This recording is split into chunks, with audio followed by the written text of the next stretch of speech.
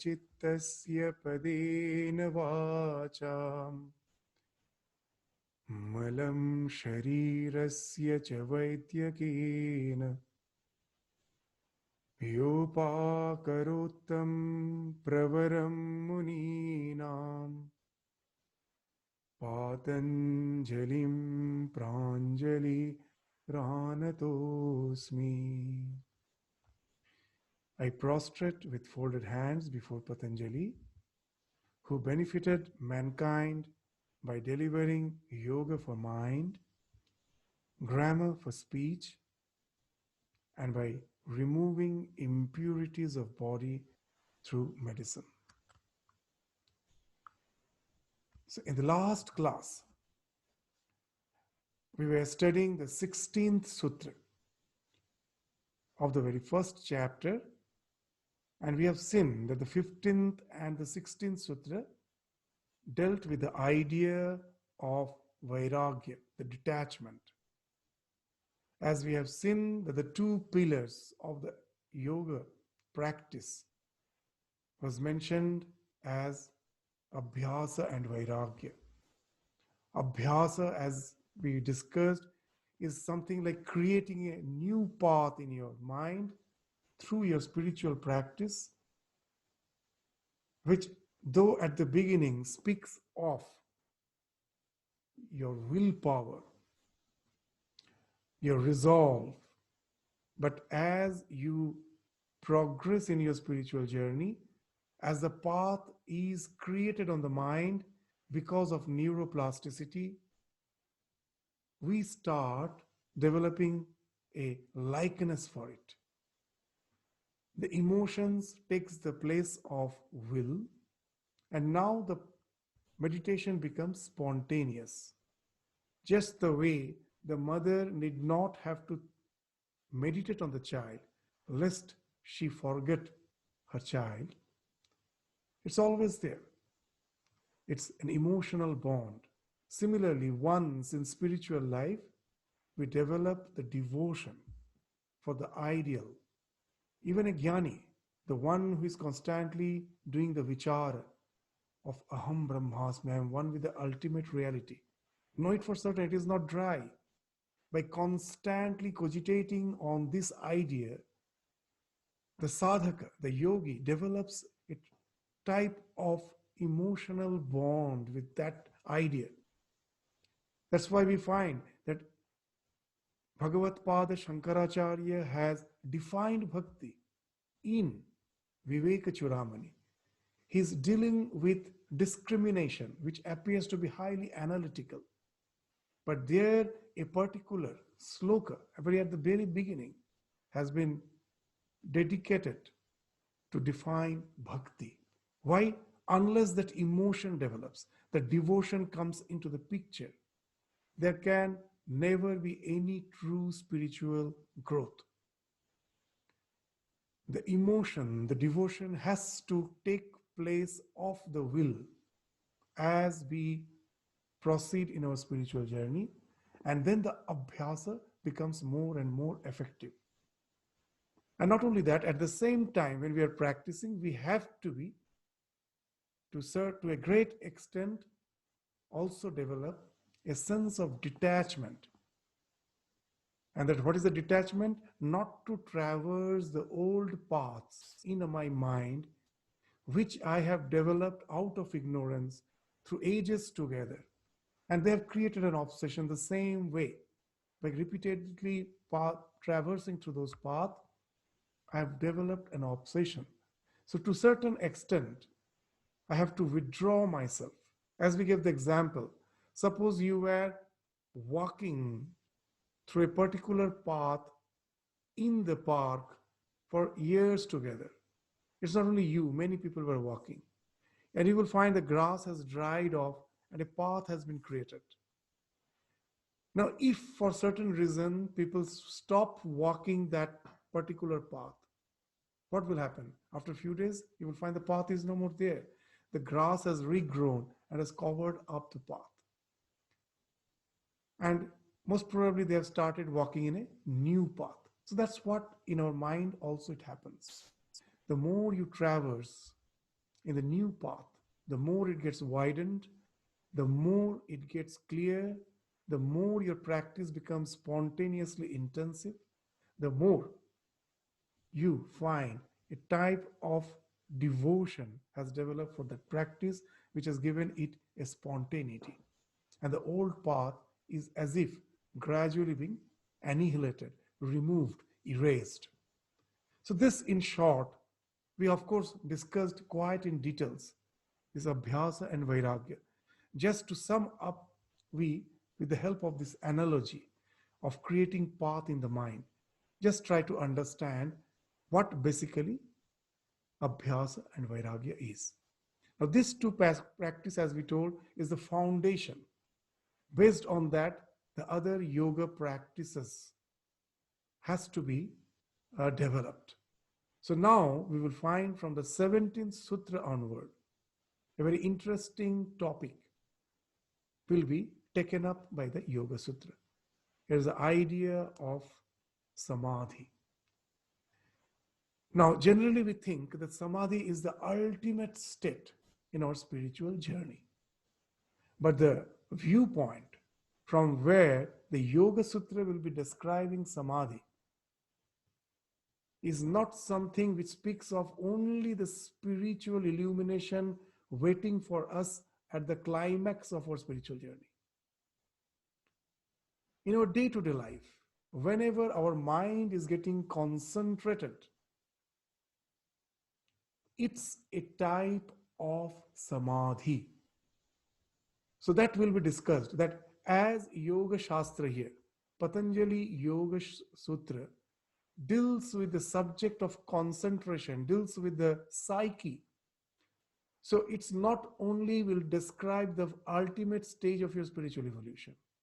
It will take you along the way with your mind, with all its faculties, how in our day-to-day life, the mind gets concentrated for gathering any knowledge. Without concentration, there can be no knowledge. No knowledge can be there without concentration. Suppose you're taking food. The most, your favorable delicacy, most probably you're eating that. But if you are busy in some conversation, maybe on some legal matters or something of financial matters with someone else, while you're taking the delicacy which you really like, most probably you will never know the taste of it. Even if the salt was less, sugar was more, whatever it may be, most probably it will not register in your consciousness. What to speak of concentrating on the higher subjects, even in our day-to-day life, for doing the ordinary activities, concentration is required. Without the concentration, without the focus, there cannot be any knowledge. It is a focus which connects the mind with the senses. So, this concentration, what it is, will be described by the Yoga Sutra from the very beginning. It will take us with this faculty to the higher and higher realms of spiritual journey, ultimately just enabling us to understand how concentration can lead to the final spiritual illumination, namely the Kaivalya or emancipation. So now let's first read the 17th Sutra, and we will find very interesting in our day-to-day life. The basic thing which will be discussed, today we will be discussing, the main idea will be that for any knowledge, concentration is must. Without concentration, there can be no knowledge. But at the same time, concentration alone doesn't speak of knowledge. That concentration should be properly directed so that it takes us to the realization.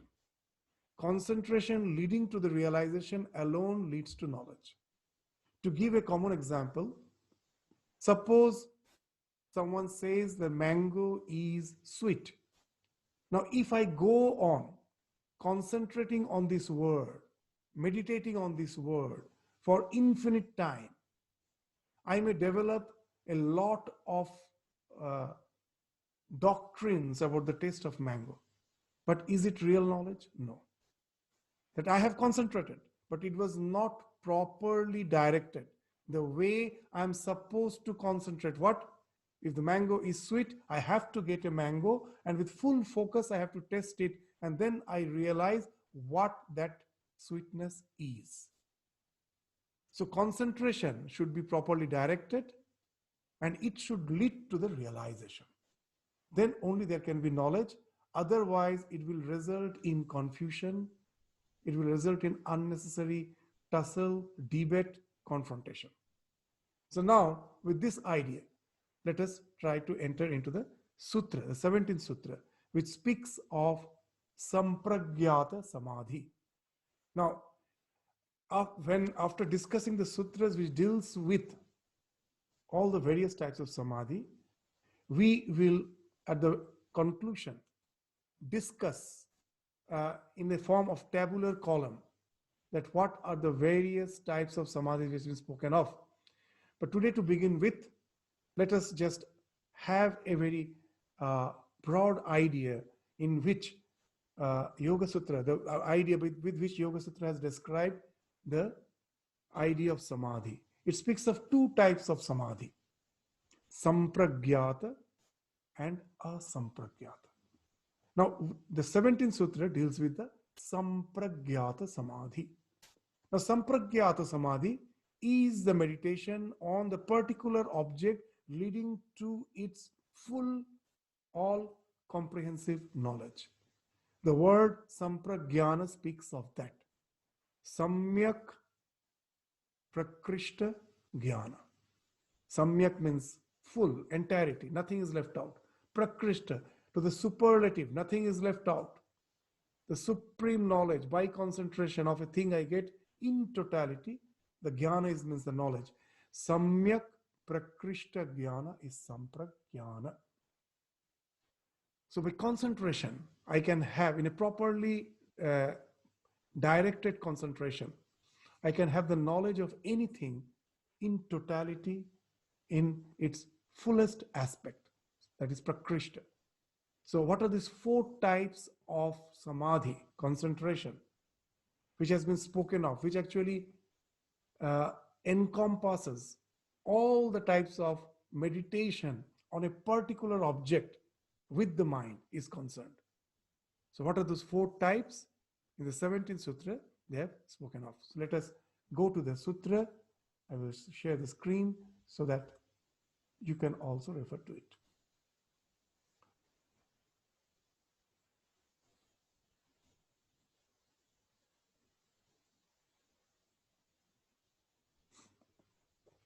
So what is the 17th Sutra? This. Vitarka, Vichara, Ananda, Asmita, Anugamat, Sampragyata. So when concentration is reached with the help of, now these words we will not translate immediately. Let us take in just the way they are. When concentration is reached with the help of these four things, Vitarka, Vichara, Ananda, and Asmita, it is called Sampragyata Samadhi. Samyak Prakrishta Jnana is Sampragyana. So I can get the knowledge of a thing in its totality by concentrating, by being fully ekagra. This word ekagra you will find here. Means at present my mind you will find is extremely distracted. But by practice, what I do? I can stop the vacillations of the mind and I can focus on it in such a way that again and again the succession of thoughts are the same. What is ekagra? This you will find on the fading away of one thought, the same thought arises again and again in succession. That is ekagrata. So when I can do that, that will lead to sampragyata samadhi. The knowledge will be revealed. That type of focus will take you to the realization and the knowledge will be revealed. So now, as we told, so these samadhis again are specifically called samapatti. Now, to explain the 17th Sutra, sometimes while studying this Yoga Sutra, we will not follow the sequence in which Patanjali have described. For our understanding, we will reshuffle the sequence to a bit, because we will find from 41st to the 50th sutra of the first chapter, Rishi Patanjali have enumerated these four types of sampragyata in details.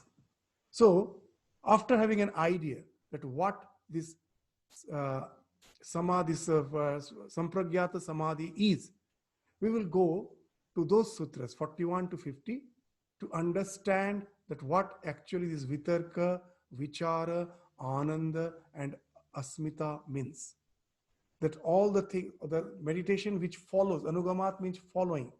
The meditation which follows vitarka, vichara, ananda, and asmita is sampragyata. So to understand these four types of sampragyata samadhi, we will now go to the 41st, which first describes the samapatti, and then we will continue to these four types of samapattis, which has been discussed in succession from 41 to 50 of the first chapter. So the 41st sutra first describes the samapatti, the concentration. It's a very nice definition. With the help of an allegory, it is describing that what's the state of the mind when through ekagrata, through one-pointedness, it has reached the state of perfect concentration. What's the sutra? Let's read. Very nice sutra. Kshina vritte. When the vagaries of the mind, the vrittis, have become kshina, has got attenuated. That's what kshina vritte means. So when through your practice of meditation, the vagaries of the mind, the fluctuations of the mind has become kshina, has become attenuated, then what happens? Abhijatasya iva manehe. Just the way a very precious jewel, abhijata, precious, iva, mane, mane means money, money means a jewel. Just the way if you place a red flower in the proximity of a very precious jewel, what will happen? The jewel will appear as if it is tinged with that redness. That jewel is actually not really red, but when you are keeping the red flower in proximity of the jewel or a prism, it appears to be tinged with that red color. Similarly, when the mind gets focused, when it is meditating on certain object, it as if takes the quality. It first as if is residing in that thing, and it takes its tinge, its color, and the real knowledge is revealed by that type of focus. So that's the example which has been first spoken of in the 41st sutra to describe samapatti or concentration or engrossment. So when the fluctuations of the mind are weakened, that kshina vritte, the mind appears to take on the features of the object of meditation. Tat stha tat anjanata. It resides in that, and anjanata. Anjanata means to take the tinge of it, to take the characteristics of it. It as if takes the features of that object. And now, what are the objects of meditation we can think of? Very nicely in the Yoga Sutra, they have described only there are three things on which we can meditate. What are the three things? Either it can be the one, I can meditate on the one who is meditating. The one who is focusing. Who is the one who is meditating? The one who is the grahita, means the ego. My ego. With my ego, all the things starts. The one that when I say I am meditating on certain object, I am meditating on X. So this I, who is that I? We can meditate on that. Actually, the spiritual journey starts when we look back to find out what that ego is. So the object of meditation can be the ego, the grahita, or the instrument of cognition, the grahana. Yes, here is again a very interesting thing. Most of the time we make the mistake that I am the mind. The very beginning we will find yoga again and again saying that you are not the mind. The instrument of cognition is the mind. If I can meditate on that also. I can meditate on the ego that comes last, that who that I is. I can also meditate on the instrument of cognition by which I am perceiving the things. It's not the eyes, the ears, all those things. They are perceiving, but the ultimate perception is with the mind. So the ultimate instrument of cognition is the mind. So I can meditate on the mind itself. And of course, I can meditate on the object which is cognized, the grahya. So grahitri, grahana grahyeshu means that when I am meditating either on the ego or on the mind or on the objects which I am perceiving, when my mind is focused, the mind takes the tinge of all these, either the ego or the mind or the objects which you are meditating on. So depending on the objects of meditation, the mind takes the tinge of all those things, becomes as if one with them, resides in them, and then the knowledge is revealed. And this type of meditation is called samapatti. So after describing this, now the 42nd sutra will start describing this vitarka, vichara, ananda, asmita from 42 to 50. As we have seen in the previous sutra, the 17th sutra, that there are 4 types: vitarka, vichara, ananda, asmita. Now, what is vitarka? For that, we have to go to 42nd sutra. Now, before going to the sutra, we will find that when it is elucidating this vitarka, they will speak. There are 2 types of vitarka. One is savitarka and another is nirvitarka. So these technical terms at the beginning may confuse you, but you will find very interesting when we go to the discussion of it. It's very interesting. Very clear-cut, simple thing has been discussed while discussing the process of meditation in the Yoga Sutra. The 42nd speaks of savitarka samapatti. Now what it is. And then it will say of nirvitarka samapatti. So first let us go to the definition and then gradually we will come to the discussion. What it is saying is very interesting. These words are so technical, as they are not used nowadays, we get confused. Very interesting. If you go to the commentary of the sutras, you will find so varied commentaries are there on this sutra. Sometimes it's a bit mystified. But actually what it is speaking is very simple. It's very simple. Let us try to understand what it is speaking. Shabda, Artha, Jnana, Vikalpai, Sankirna, Sah Vitarka, Samapatti. Very interesting. So this engrossment, samapatti or concentration, which limits one's understanding. Sankirna. Sankirna means to limit, to constrict one's understanding. It creates a gap of understanding when due to vikalpa. If you remember, we have studied in the 17th sutra, in the 9th sutra, the definition of vikalpa, verbal delusion. What's that?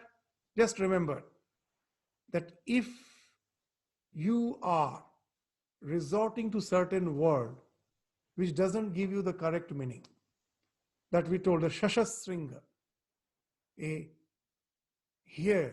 rabbit with 2 horns. It's not a reality. You can never see a rabbit with horns. But you can imagine. Just by hearing those words, you can imagine, and your imagination has no corresponding reality. So that is vikalpa. But that vikalpa happens in our life again and again. How? When someone speaks of something which I have not realized. You know what is the limitation of language? We can understand the language only when my realization matches yours. I encode my realization through the language, and if you have the same realization, then only you can decode it. Otherwise, it's impossible. If I don't have the same fund of experience, the language falls short. We can never understand what a person is speaking. So we will take an example the examples are the best way to understand the sutras. That's the example with which we started today. Suppose someone comes and says the mango is sweet. Who can understand it? The one who have really tasted the mango. He will immediately understand There won't be any vikalpa. This vikalpa which has been spoken here in the sutra, there won't be any vikalpa. If I have tasted mango, immediately just by hearing the mango is sweet, the knowledge, the idea which will develop in my mind will correspond to the real taste of mango. But if I have not tasted, can I ever have the correct knowledge? Why these sutras are told, just to say that we have to focus, concentrate, but that concentration should be properly directed to take us to the realization. Otherwise, it will lead in tarka, savitarka. Tarka means debate. Tarka means word. We will have varied opinions because we have not realized, and there will be fight. So when you say mango is sweet, now those who have not tasted the mango, for them the sweet is a shabda, they hear it. And what is the artha? The real taste of the mango is the artha. But those who have not tasted, the jnana is the subjective knowledge which arises. The subjective knowledge which arises is the jnana. Now, my jnana, if I have not tasted the mango, will not correspond with the artha, the real taste. I have heard the shabda, and this shabda artha jnana will result in vikalpa. As we have already studied in the 9th sutra, shabda jnana anupati vastu shunya. When some word is spoken and the knowledge which is emanates from that knowledge actually has no reality. It is vastu shunya. That is vikalpa. So when someone says mango is sweet, then what happens? The one who have not tasted mango, for him, however I may concentrate on those words, maybe for years together, for decades together, most probably I have understood that what's the taste of mango is, and most probably I've written dozens of books on the taste of mango. And most probably such a person is considered as an intellectual in the world who have not tasted the mango. There's so much of thesis he has written on the taste of mango, but they are all vikalpa. What happens? The day he tastes the mango, he finds immediately, in a flash, that for ages together he has developed so many ideas. It doesn't take, again, so many years for that idea to be washed away. In a moment, everything is washed off. We will come to that idea. Then that is the idea of nirvitarka. So first let us idea what this sutra is speaking. So the word tarka was used in ancient times in the sense of thought with the help of words. There are so many words without which I cannot have the perception. Just to give a common example. If the flower is red, I need not use the words. Even if I don't say in place of red, I use any other word, everyone will have the same perception.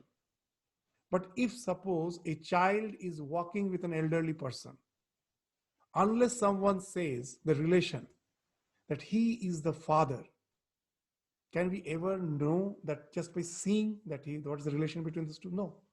So there are many cases where the word becomes very important. So that's why the word is necessary for many of those conceptual knowledge. So the word tarka in the ancient times was used in that sense, that the thought which arises with the help of the words is tarka. So now we are taking that example as we were taking an example, consider the sentence, mango is sweet. Now here the sweet is the shabda. What is the artha? The corresponding reality, that is the real taste of the mango. That is the artha. And what is the jnana? That one who has not tasted the mango, that's whatever knowledge, but just by hearing the word sweet, he conjures up some ideas because he has tasted so many other things which are sweet. He has a general idea of sweetness. So he conjures up an idea. He or she conjures up an idea which has nothing to do with the reality. And that's how the vikalpa happens. So in spite of your concentration for ages together, what will happen? That will not lead to real knowledge. It will just lead to vitarka. Vitarka again means debate. It means just having the debate. Why? The way I develop the idea of the taste of mango, which is a vikalpa, may not be the same way in which you have developed the idea. That's what the doctrines and dogmas are there in so many religions. They're all fighting. What has happened? The prophet speaks out of realization, but those who are following, they don't have that same fund of realization.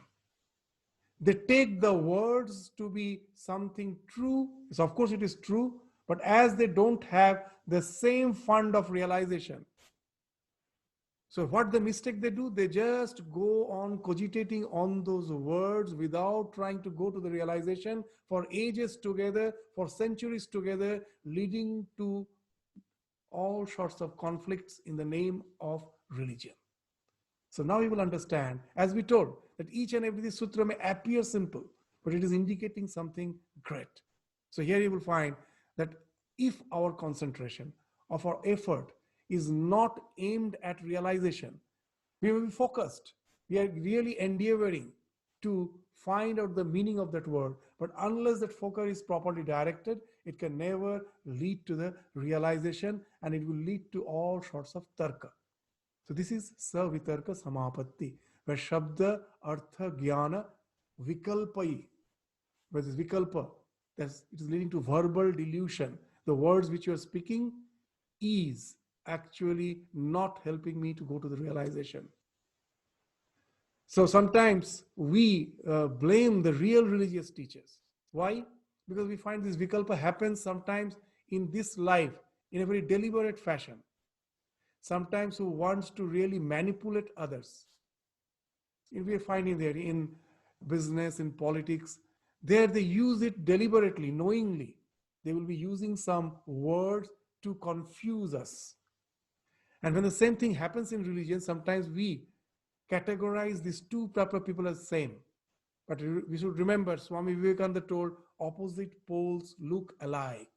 It is actually our lack of experience which is not enabling me to relate to the words of the prophet. He is in no way trying to confuse me. He is actually trying to convince me. But as I am being confused by the so-called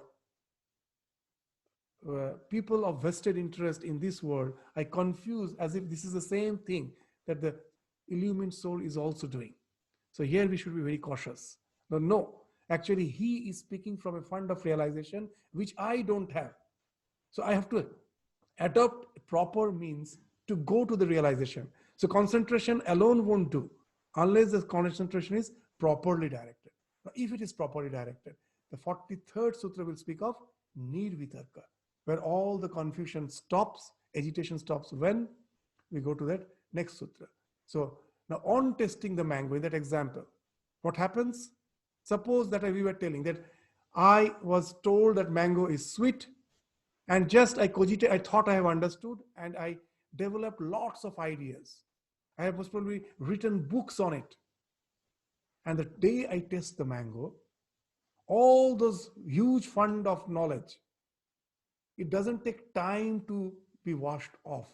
Just in a flash, all the ignorance vanishes, they all become trash, and my memory is immediately refined. That the memory of all those doctrines which I developed for ages together, it doesn't take another thousands of years to get rid of them.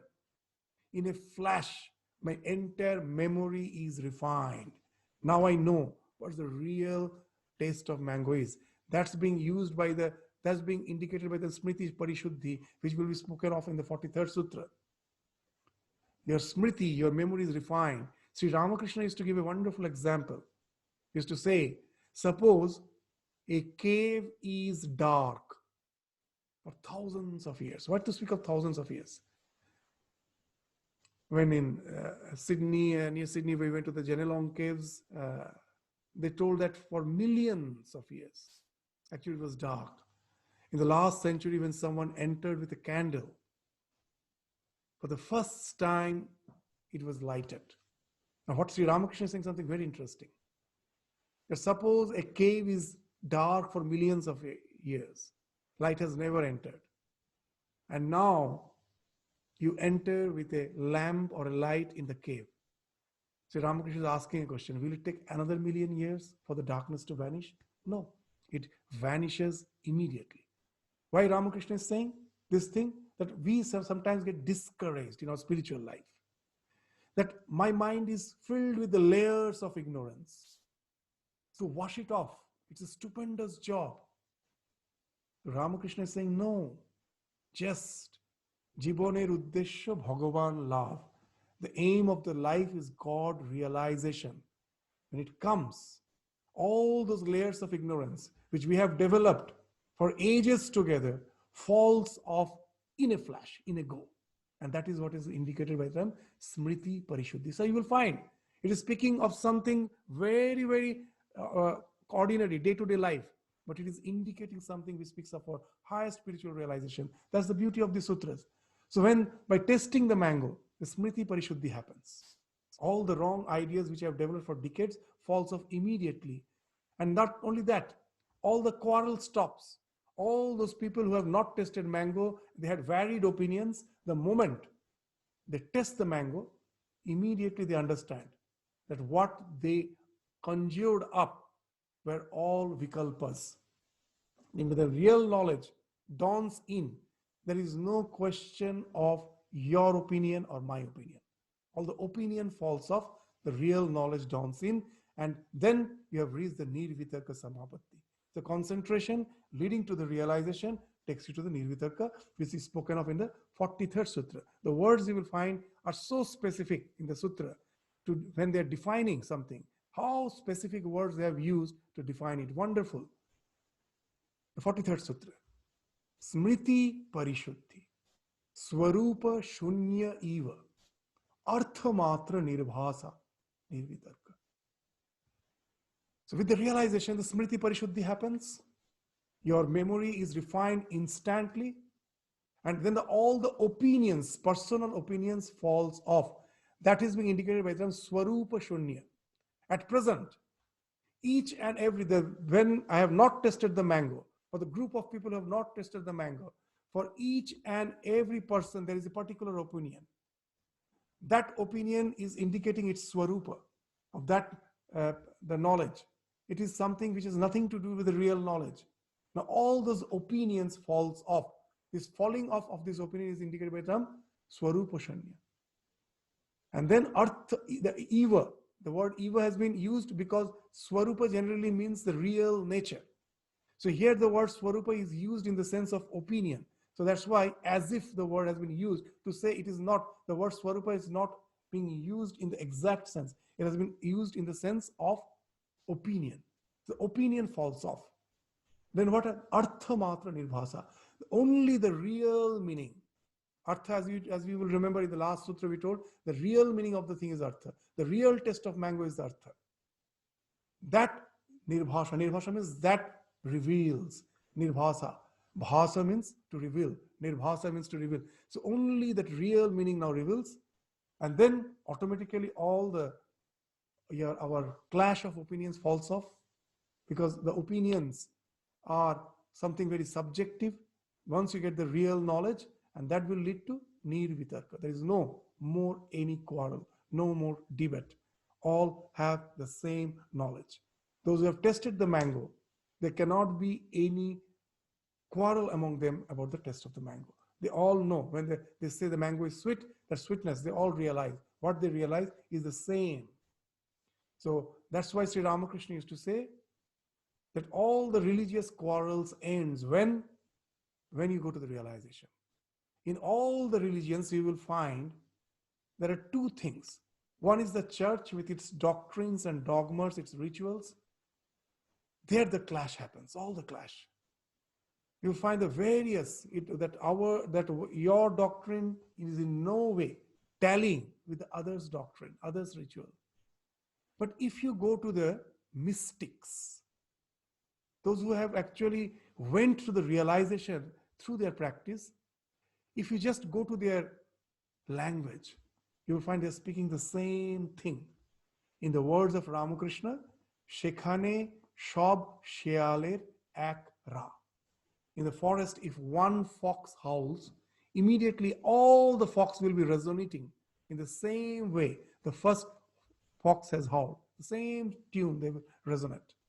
As if they are acknowledging what the first fox has howled, all others are acknowledging as if. The same thing Sri Ramakrishna is saying, that when you go to the ultimate realization, then you will find the mystics are speaking the same language. Throughout the history of religion, you will find the mystics, those who went to the realization, have been sometimes persecuted by the church, by the same church. They have been branded as heretics, as if uh, the one on whom the Satan has taken over, he's appearing as a monk, he's appearing as a spiritual practitioner, but the Satan has taken over him and has given him some sort of hallucinations, and he's speaking all nonsense because the doctrine doesn't tally with that, the realization. So you will find in the Christian mysticism, the Christian mystics, they were persecuted. The history is there. In Islam, you will find the Sufis were persecuted. In every religion, and we won't say every religion, somehow that the Vedic religion had that broadness to accept that the idea that in the words of Ramakrishna, Jato Maut Tato Path, as many ways, so many paths. This idea was somehow there in Hinduism. But we find that it never happened everywhere. That there were so much of persecution, so much of killing in the name of religion, because the doctrines and dogmas were never tallying with what those people are saying. But if you really want to find where they tally, go to all other religions and just see the language of the mystics. They're all speaking the same language. And there what has happened? That all the opinions have fallen off. Arthamatra. They have become convinced of the truth. That's the real truth. And that's why for them, there is no conflict. They've gone beyond the conflict. So that's the idea of Swarupa Shunya Arthamatra. It happens in our day-to-day life with any object. So you will find that concentration, what's the basic idea coming out from it? That concentration is the only tool for knowledge, but that concentration should be properly directed and it should lead to the realization. Then only we can have the real knowledge. So realization is the immediate cause of knowledge, and concentration is the means, is the process through which I'm going. But the immediate cause of knowledge is realization.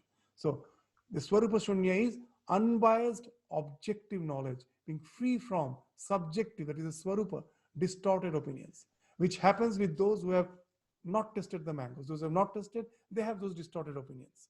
But the one who have tested, all those subjective opinions, distorted opinions falls off. Because that's what Swarupa Shunya means. Arthamatra, the true idea, pure objective knowledge without the taint of distorted subjective opinion. Behind the object gets revealed. That's what the 43rd Sutra is speaking of. So now, what is the idea of this vitarka? There are 4 types of samapattis, the 4 types of sampragyana samadhi. The first is the vitarka. As you will remember, as we have studied, the next is vichara. So we have studied this vitarka in details by going to the corresponding sutras which have described from the 41st, 42nd, 43rd. Now we will go to the 44th sutra to understand what vichara is. Now there are 2 types of knowledge, again you will understand. One is perceptual knowledge. When I am seeing a red flower and I getting the knowledge of it, that is perceptual. I'm testing a mango, I'm getting the knowledge out of it. It's perceptual. I'm just perceiving, I'm testing. But there's another type of knowledge that is conceptual. Do you see gravity? No. Do you see electromagnetic force? No. So they're all the subtle forces of nature. They're not something which is perceived, but they are there. They're as real as any object which is perceptible. So when you contemplate on those concepts, which is a shukshma jnana, then the same thing as the way you have got the knowledge through vitarka for all gross objects, for the subtle concepts also you can get the same way the knowledge, and that actually has been defined as vichara. So that we will go to that corresponding sutra to understand that. Etayaiva savichara nirvichara cha shukshma vishaya. So as for the subtle concepts are concerned. That is all the conceptual knowledge, all the scientific concepts. That again also can be savichara and nirvichara. The same thing. See, before Newton discovered gravitation, people had the idea of gravitation, but they were all sorts of funny ideas. What's funny ideas? That there is some demon sitting in the center of the earth pulling the objects. Or there is someone, whenever you throw up, there is someone sitting up who thrusts its back. So all these ideas were there. These all were varied opinions were there. So they were again, that when I just speak of gravitation, it gives me varied opinions. That is again, just like sa vitarka, that is sa vichara. Means all those ideas which I'm conjuring up, maybe I'm using a lot of concentration, but as it is not properly directed, it is creating a lot of confusion. But again, when you go to that proper way of contemplation to understand its real meaning, then again, what happened? Immediately all the false concept falls off. You will just see in our life again and again it has happened. Even some 100 years back, no one thought we will be flying. It was impossible. From our when the evolution started, it was some idea which was impossible. The day the Wright brothers did it, the idea that is impossible fell off immediately. It didn't take like time. Immediately it fell off, and now we find that the technology has advanced more and more to develop on that concept to enable us to just achieve some miracles, almost miracles. All the things which the science is doing. So here you will find that this Yoga Sutra is quite all encompassive. It is not. It is all comprehensive. It's not just speaking of the spiritual knowledge. In our day-to-day life, in whatever way we are focusing is resulting in knowledge. When that focus gets properly directed, and as Yoga Sutra describes the process of concentration, it has taken all the process of concentration into its purview. And then gradually it will lead us to the spiritual idea. So what is saying here? The same way we have discussed the way to focus on the gross objects, the same thing when you do with the subtle objects, it also in two stages. First, savichara, where it is all personal opinion, it's all hypothesis. In the science they say theory and hypothesis, there's difference. First there is hypothesis, which is not proven. It's hypothesis.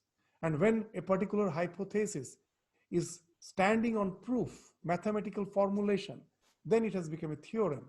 So nirvichara speaks of the theory where there is no doubt. Savichara speaks of the hypothesis. So here, so just thus vitarka and vichara taken together deal with all objective knowledge, attained through concentration, followed by realization. The object of concentration may be something perceptual or conceptual. Very interesting, ultimately leading to something as subtle as Mahat Tattva. Why suddenly this concept has been brought? Because the next sutra has something to do with it, as has been indicated in 1.45. We will read the sutra and we'll find how the words has been used. Wonderful. It really makes us appreciate that in thousands of years back, how the language was tremendously scientific, how specifically they use the word when they're defining something. We will come to the idea of Mahatma a bit late. First, let us go to the sutra, and then gradually this idea will get clarified. Suksma Vishayatvam Alingya Paryavasanam. What it means? Alinga Paryavasanam means ends. If you go on meditating on the subtle concepts, at last you have to end up with the mind, which is not the individual mind. It is something like the mind, the cosmic mind, the Mahat Tattva. To understand the idea of Mahat Tattva, I will let me give an example, and then you will understand, and that what actually speaking of, that what our individual minds are like, and how it is related to the Mahat Tattva. Suppose there is a particular model of a mobile phone. You go to a mobile showroom and a particular uh, brand. There are so many. Can you distinguish one of them from the other? They're all just the same. The same brand is all the same. Now you purchase one and you personalize it. You gradually fill it with your contact details. You have in the what you say when you are going for the Google search, you have your own search, the things most probably which are related to your studies. So all those things personalize your mobile. You have your own password. Now it can be distinguished from the other who has purchased it. So very interesting. The Yoga Sutra says that basically all our mind is the same. But when the Purusha comes in association with that, just the way I go and buy the mobile, I am coming in association with the mobile. Now the distinction starts. It's no more the same that undifferentiated thing. I will be having my easily by just by seeing the mobile, I can find out that it is my mobile. All the things related to my temperament, related to my relations, that will be reflected in that mobile. So similarly, the Mahat Tattva is the common mind. When we are in the deep sleep, our mind is the same. How this we are using the knowledge to have the permutation and combination in a way as it fits my purpose, my specific needs, my specific responsibilities, then it becomes the individual mind. But through meditation, when I have got rid of the vagaries of the mind, calmed it perfectly, it is just like cleaning your mobile from all the personal data. It again goes back to the causal state. So that is the Mahat Tattva. So very interesting. With the help of this type of meditation, so at last we can take our own mind and by getting rid of all the vagaries can reach the state of that Mahat Tattva. We can go up to that, not beyond that. Now the words which has been used is very interesting. To explain this word Mahat Tattva, they have used the word alinga in the sutra. Now, linga means sign. Linga means sign. In our day-to-day language, just to give you the just a very it may listen to be very crude, but it's a fact that linga means the whether it's a male or female, and the genital organs actually speaks of linga, but actually the real meaning is what?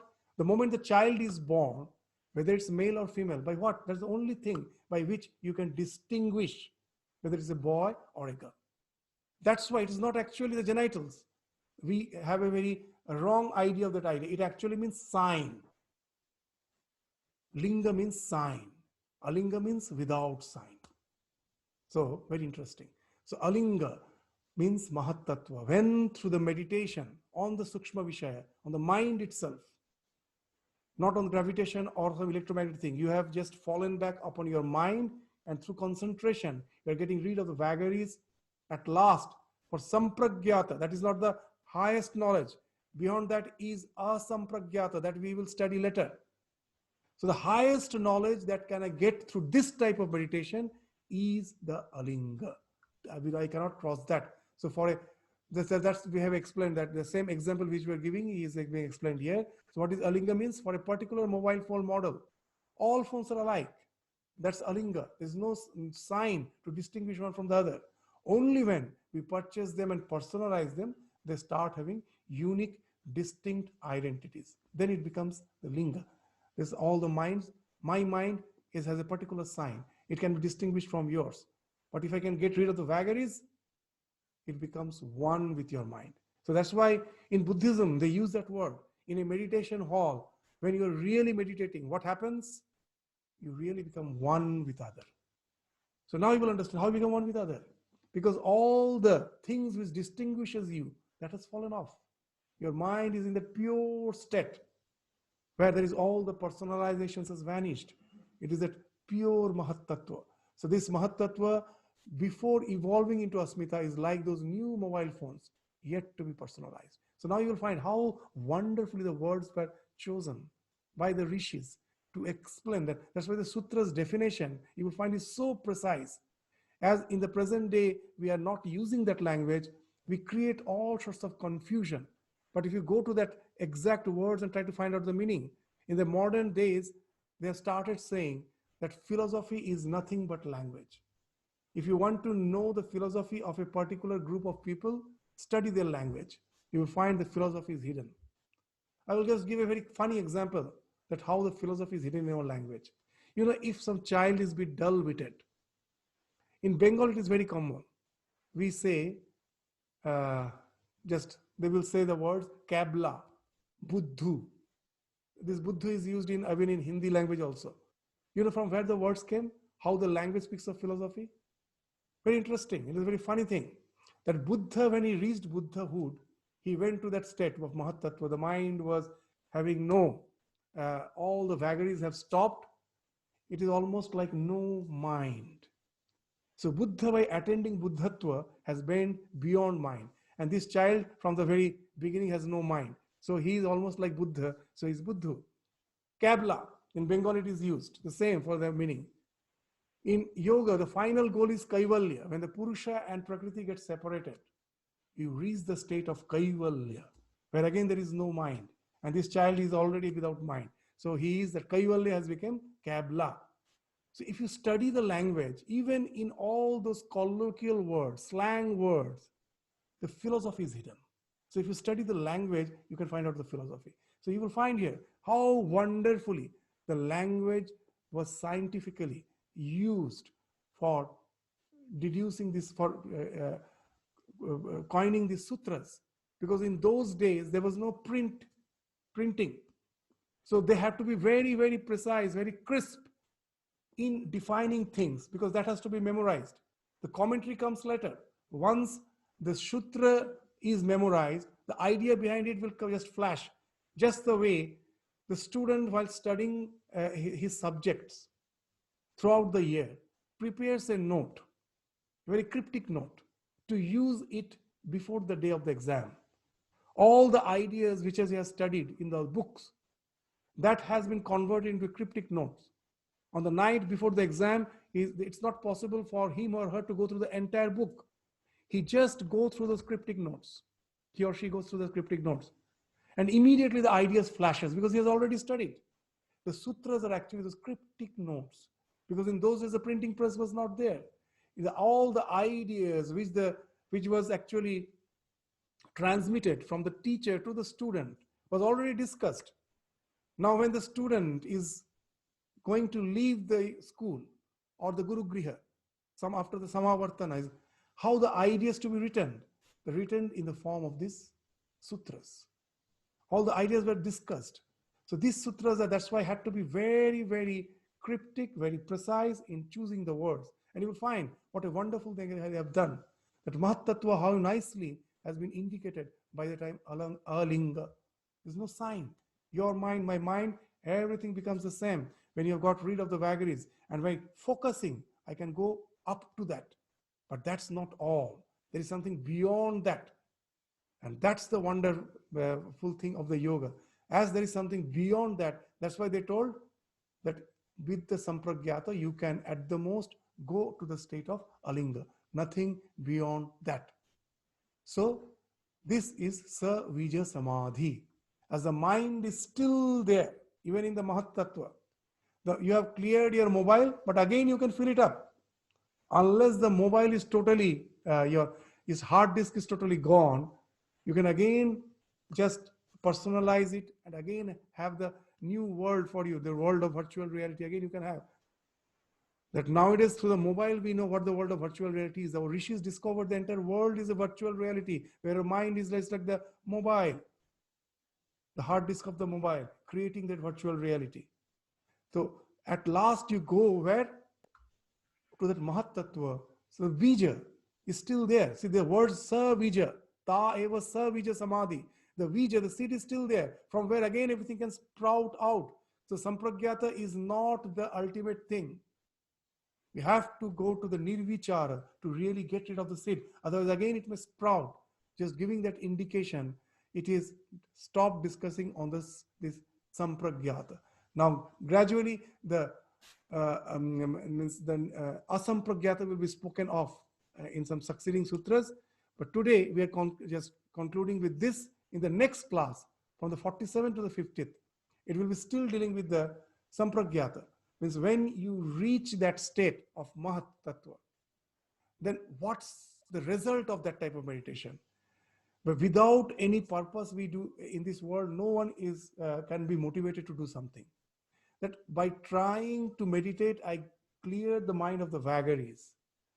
What it leads to, the next two states of sampragyata, the ananda and asmita.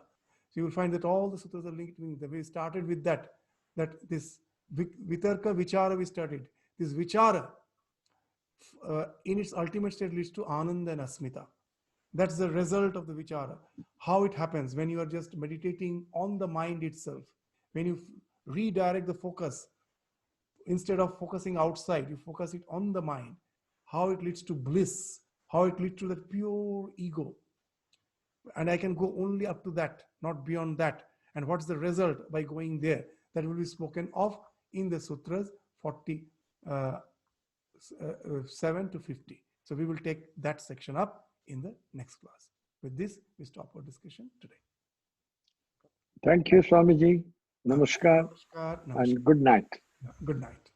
Swamiji. Thank you, Swamiji. Yeah, namaskar.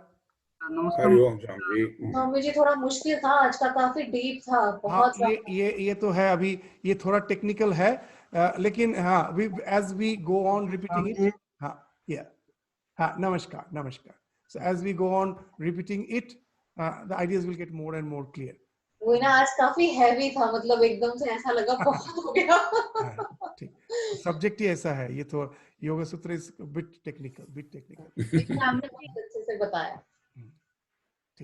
Swamiji, when you said Mahat Tattva, yeah, I had a question. Yeah, please. When you said Mahat Tattva, is it like the aggregation of all minds, or is it the essential material out of which all minds are made? In when two I ways, attain... in another way you can take, just that in the present day internet, it's already there. What you download constitutes your world, isn't it? Right. So similarly, Mahatattva is like the iCloud, the internet. And from that, it is the collective. It is the collective mind. You can take another example. In a ground, in the same ground, in the same soil, when I plant a mango seed, a mango plant will come out, isn't it? Right. And if I plant, say, jackfruit seed, the jackfruit will come out, sprout. Right. So what is happening? That mango seed and the jackfruit seed, from that the plant is not coming. They are choosing what nutrients, what minerals I will select from the same soil to sprout out in a particular way, isn't it? You will find that some say this banana is rich in potassium. From where that potassium came? It was in the same soil. Mahatattva is like that. The seed is our own ego. What we are selecting and what is sprouting is our individuality. So that way, Mahatattva is the collective mind, but it has the entire thing. It has no such preferences. Like when it comes to the individual mind, I have particular preferences. I create my particular world. So all those vanishes there. It is just like the soil, the common breeding ground in which various types of plants are coming out. The Mahatattva is like the common breeding ground. And we, as our individual, our asmita is like the seed, and what's coming out is our psychophysical existence. So if I'm experiencing Mahatattva, does it mean I can technically experience all minds? What your mind is experiencing or what your mind is thinking, I can technically experience that. Does it mean that, or is it too simplistic? Yeah, it is also a fact. When you go to that state, it will be spoken of in the 3rd chapter. It is a lot of vibhutis when I really can relate to that Mahatattva, in various type of supernatural powers will be manifesting. That is there. But if one gets interested in that, that will be a diversion. And God realization. It won't happen. So there we have, that's why here also there has been told, Ta eva sabija samadhi. Means here still the seed is remaining. So we may again, if we are not cautious, we don't jump to the next step, we may again come back. Maybe we may have more powers, but with all those powers, we will be again, enchained in the same phenomenon world. So just the way with my more studies, with all my endeavors, I enjoy some good position in life, but that doesn't entail spiritual liberation. The same thing happens here also with all those powers. Thank you, Swamiji. Pranam. Namaskar. Swamiji, namaskar. Yeah. Could I just make a comment, please? Yeah, please.